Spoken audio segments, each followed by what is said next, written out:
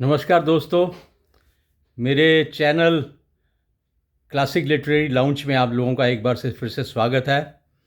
हम बात कर रहे हैं पंचतंत्रा की कहानियों के बेसिस पर, और अभी तक हमने कौओं और उल्लुओं की जो लड़ाई हुई है, और उसमें कौओं का पक्ष तो सुन लिया और उल्लुओं का पक्ष भी हमने स्टार्ट कर दिया, जिसमें पिछले एपिसोड में मैंने मेंशन किया था कि किस तरह से कौओं का सीनियर मिनिस्टर इंजर्ड पड़ा हुआ था और उल्लुओं का राजा अपने मंत्रियों के साथ सैर के लिए जा रहा था, और उसने जब उनसे कंसल्ट किया कि that what he should do with this minister who is seriously injured, then the first minister said that we should eliminate him immediately, but the king was not satisfied, so he took the second opinion. तो आज के episode में बात करते हैं कि दूसरे मंत्री ने क्या एडवाइस दी। दूसरे मंत्री ने कहा कि ये जो पहला मंत्री कह रहा है कि इसको यहीं पर ख़त्म कर दो, मैं इस बात के साथ सहमत नहीं हूँ।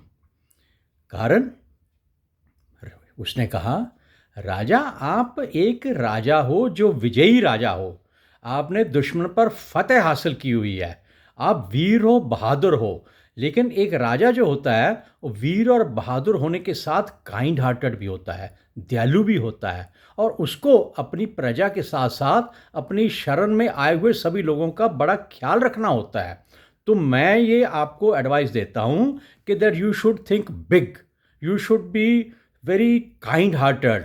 और ये जो इंजर्ड है, जो बूढ़ा है, जो मरने के करीब है, इसको हमें उठाकर ले जाना चाहिए, इसको मेहमान की तरह ट्रीट करना चाहिए, इसका इलाज करना चाहिए। So what will happen when the people will come to know that how you have treated your enemy, they will praise you, they will glorify you, और आपकी चारों तरफ वाह वाह वाह वाह हो जाएगी।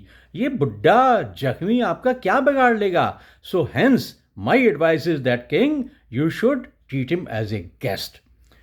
राजा ने कहा, भाई पहला बोल रहा है मार दो, दूसरा बोल रहा है मेहमान बना लो, ये तो बड़ी अजीब सी बात हो गई। So he asked from the third minister that what I should do.